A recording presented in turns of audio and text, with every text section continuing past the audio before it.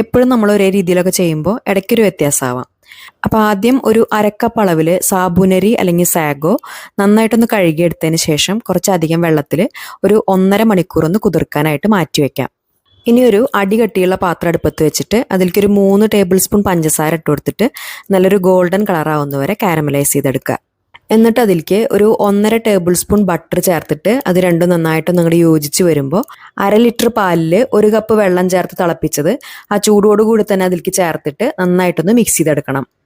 അതിനുശേഷം പാൽ ഇതുപോലെ നന്നായിട്ട് തിളച്ച് കഴിഞ്ഞാൽ കുതിർക്കാൻ വെച്ചിട്ടുണ്ടായിരുന്ന ചവ്വരി വെള്ളത്തിൽ നിന്ന് ഊറ്റി മാറ്റിയിട്ട് അതിലേക്ക് ചേർത്തിട്ട് ഇടയ്ക്കിടയ്ക്ക് ഇളക്കി കൊടുത്തിട്ട് അത് നന്നായിട്ട് വേവിച്ചെടുക്കുക. ഒരു 10-15 മിനിറ്റ് ആകുമ്പോഴേക്കും ചവ്വരി ഇതുപോലെ നന്നായിട്ട് വെന്ത് കിട്ടും.